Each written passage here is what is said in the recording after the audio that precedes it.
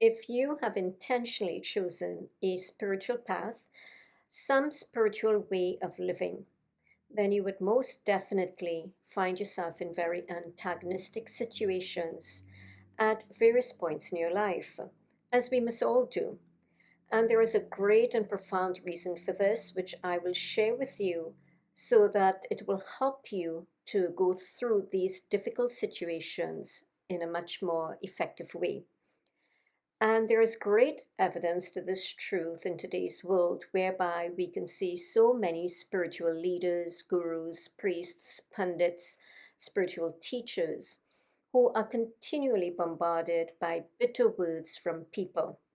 But they throw bitter comments at them, lots of negative judgments, and it's not a very pleasant experience for them. So, how can you end antagonism in your life? What to do when you have to deal with people who are mean and who dislike you? I am going to share with you some elevating ways on how to get back at those kind of people. Because I know when people keep doing the same bitter acts toward you, it is very easy for you to say, you know what? I'm going to give them a taste of their own medicine.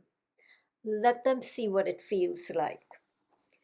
If you want to do the same thing to the person and actually do it so they would know what it feels like, then what you end up doing is lowering your standard, coming down to their level, behaving just like them. I would say, please don't lower your standard. I'll share a little example of what I experienced. And I'm not going to get into the details of it, but just for you to grasp the message in it. I had this experience whereby I was accused wrongly of leaving things undone. Some things were a mess. And so, therefore, these people were lying about me. And day in and day out with this happening, I became very frustrated. And eventually, one day, I just told myself, you know what? I'm going to leave things undone the way they do, and leave it all in a mess. Now, people who know me know I'm far from a messy person. I'm quite organized and quite methodical. Not that I'm obsessive over it, but I'm generally, hopefully, a neat person, neat enough person. And I like to get things done in a very methodical and organized way. Anyway, I said to myself, you know what? I'm going to get back at them. I'm going to let them see what it feels like to have to deal with this day in and day out. And then, as soon as I had that thought, it occurred to me, Sandra, if you do that, how is that making you become a better person than them? Definitely, it wouldn't do that. In fact, I realized that if I tried to get back to them and let them get a taste of their own medicine, what would end up happening is that I'm dropping my standard and I'll become just like them. So I'm not improving as a human being. So I said to myself, you know what?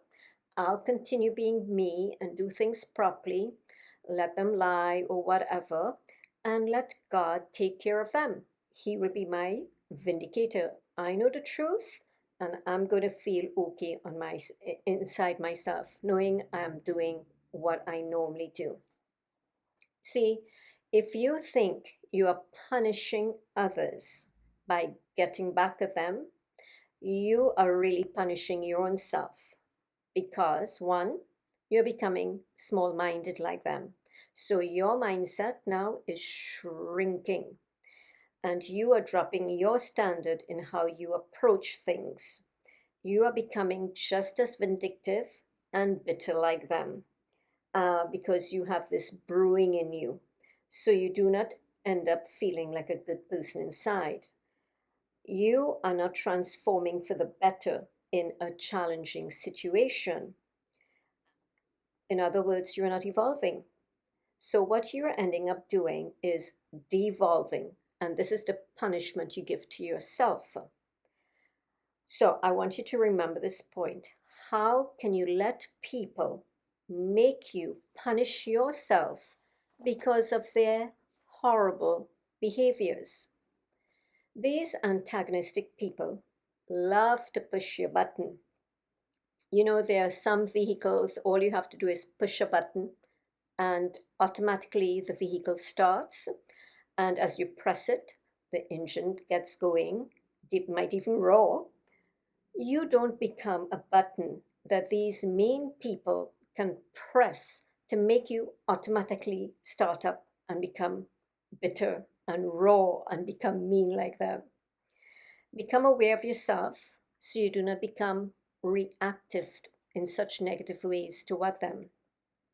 And do not ever wait for people to have some kind of remorse for what they've done to you or what they're doing to you, for their behaviors, just so that you wouldn't have to get back at them. Never wait on people to change. Whatever these mean people are doing is based on what they know of themselves, what they have in them, their own nature. That is from where they're acting, not from your nature, not from what you have within you, only from what is in them. Always remember that point, okay? And sometimes when you're dealing with antagonistic people, you may be actually tempted to cast your pearls before swines. And that's one of my favorite biblical sayings. People know that. And let me shed a little light upon this little terminology, cast your pearls before swines, because it can be misunderstood very easily. When you're sharing knowledge or wisdom with people who are not in a place within themselves to receive it, they are not ready for that kind of knowledge or wisdom. That is what is called casting pearls before swines, because they may not get it. But the reality is, does it mean that you should still not share knowledge or wisdom with people who are not ready to receive it? I would say not necessary. In some cases, it's okay to share the knowledge or the wisdom, even though they may not be ready to receive it. And let me explain this a little further. It only becomes a waste of your time depending on your delivery of that message, how you articulate it, the tone of delivery. If you share knowledge or wisdom in a very aggressive way with a mean person, in other words, there's retaliation from you, and your energy gets depleted, and you become worse within yourself, and the person gets even angrier, then you may have just wasted your time and casted pearls before swines. And why I say this, it's because this is what has happened now. You are now all fired up, and so are they. This is casting pearls before swine, because now, more than likely, nothing of wisdom may sink in. And the person will end up creating, you and that person will end up creating mental chatter about the situation long after it's happening. And you end up becoming a swine too. You see, that person may never grasp the message much, because what is hitting that person is the vibration you are giving out to them in your aggressive way, in the way you retaliated, in the negative way you expounded this message. So that ended up being a waste of time, knowledge, energy, wisdom. If, however, you cast pearls before a person who may not be, pearls of wisdom that is, before a person who may not be ready to inwardly to receive that message, but you deliver it in a very inspiring and encouraging way, then maybe, just maybe, one day down the road, that person may find him or herself in a situation, and that whatever you said to that person It may be like something just clicks and the person remembers what you shared and uses it well in his or her life. Then this is not casting your pearls before swines, as you never know how and when wisdom shared can actually change a person for the better sometime down the road. I'll share this little example with, in terms of where I've gone through an antagonistic experience. Now, again, I'm not going to go into the details, the nitty gritty, because most of these experiences I find are very small minded. But yet, many people get caught up in it and they lose themselves in it. There was this person who worked negatively against me. And again, there was some distortion of facts. And I had the choice. I could have confronted the person and get all riled up and got really mad with the person. But I approached the person in such a manner whereby I started to build up the person and showed the person all the goodness he had in him. And I reminded him of the goodness in him. And I told him that I know he's much better than all of this. And I helped him to see that if only he had come directly to me and communicated with me the problem, a better outcome would have taken place. Eventually, we were able to execute things in a much more harmonious manner after that, simply because my approach with him was very different. I didn't get mad and crazy. Instead, I built up the person and I shed some light in terms of how better things could have been handled between us. From then on, we were able to communicate better. We would always keep each other informed and were able to work together very harmoniously. And therefore, it was a pleasant experience, although that person still didn't like me. But that didn't matter. The point is that the whole interaction ended up being pleasant in the future. And that's the outcome you want to get.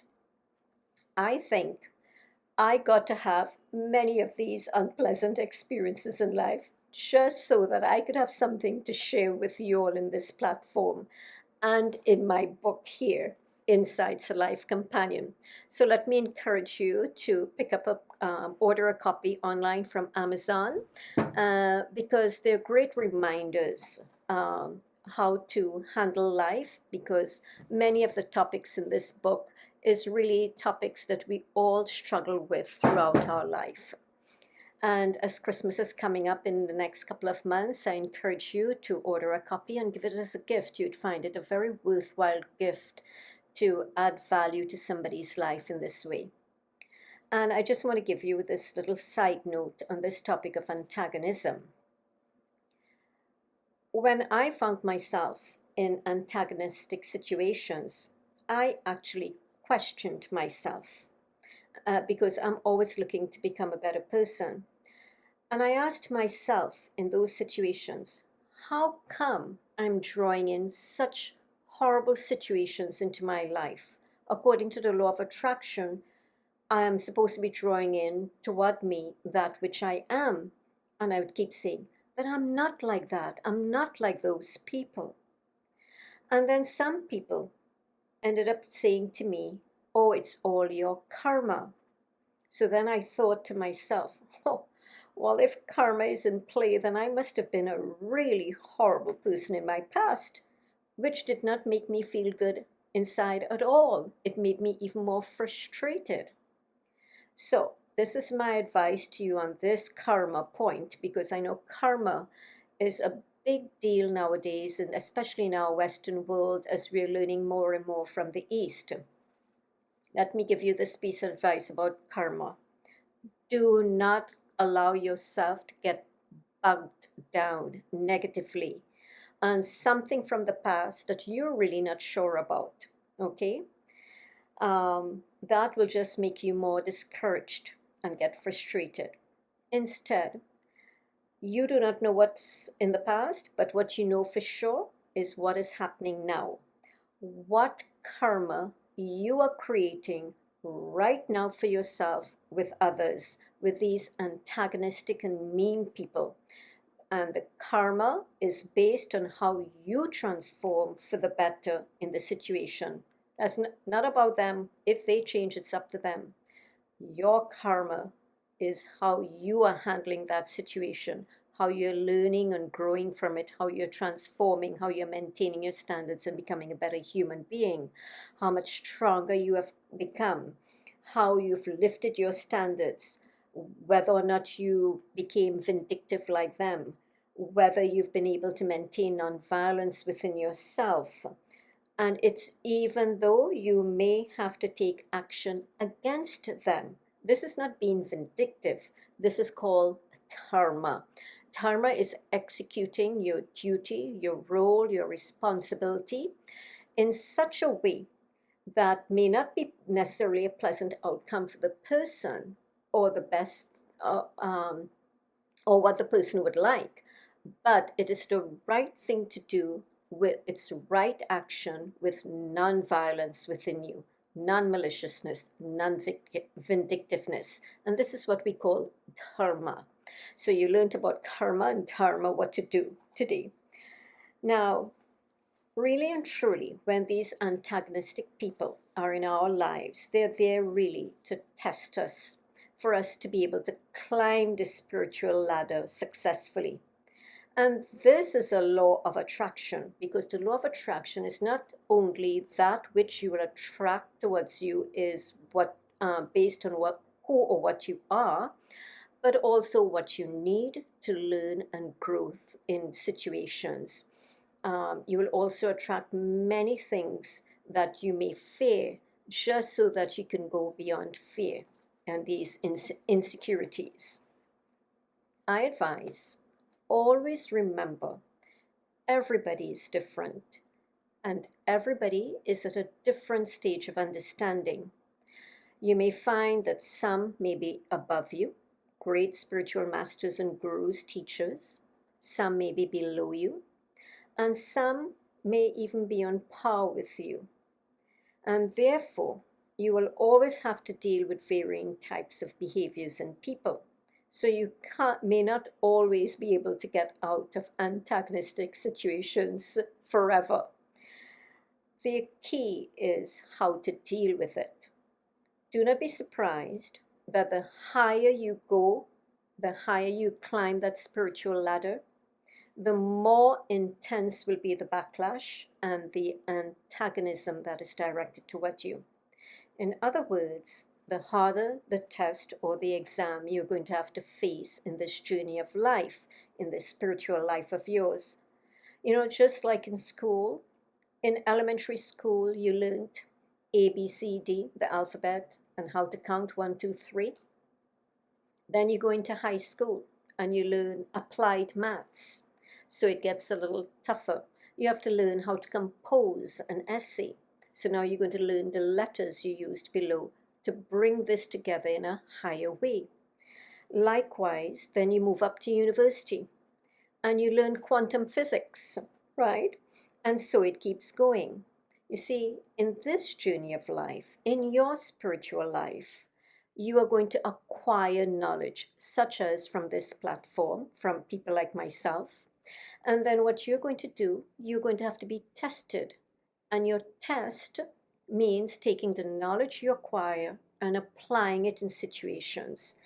And how you come through the situation determines whether you fail or you pass the test.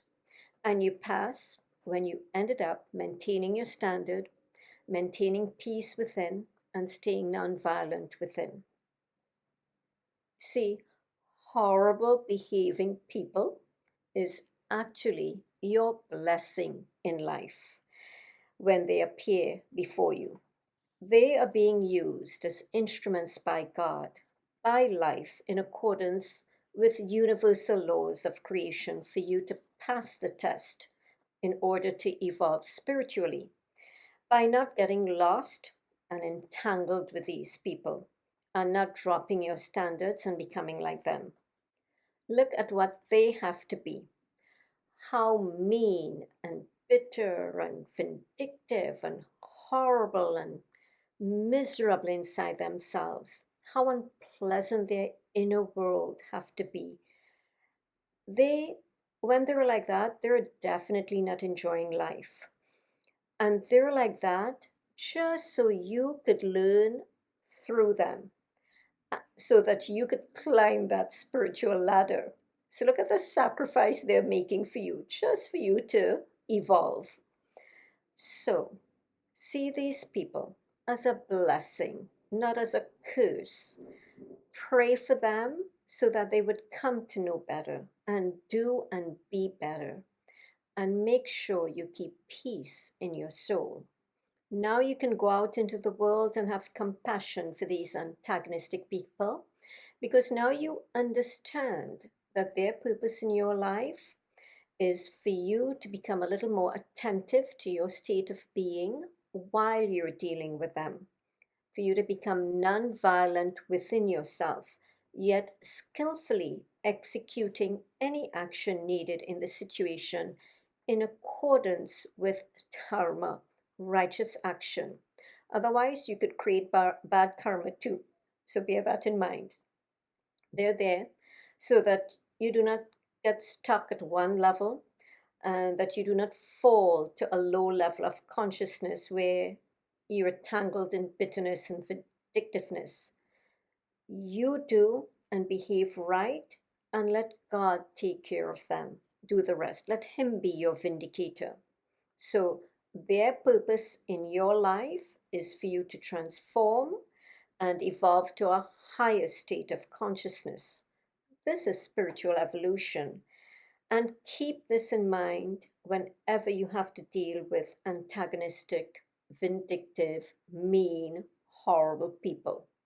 When you find yourself in an adverse and antagonistic situation, always make success and enlightenment your best revenge, and you will see how your life will shine even brighter, because now you've become better, not bitter.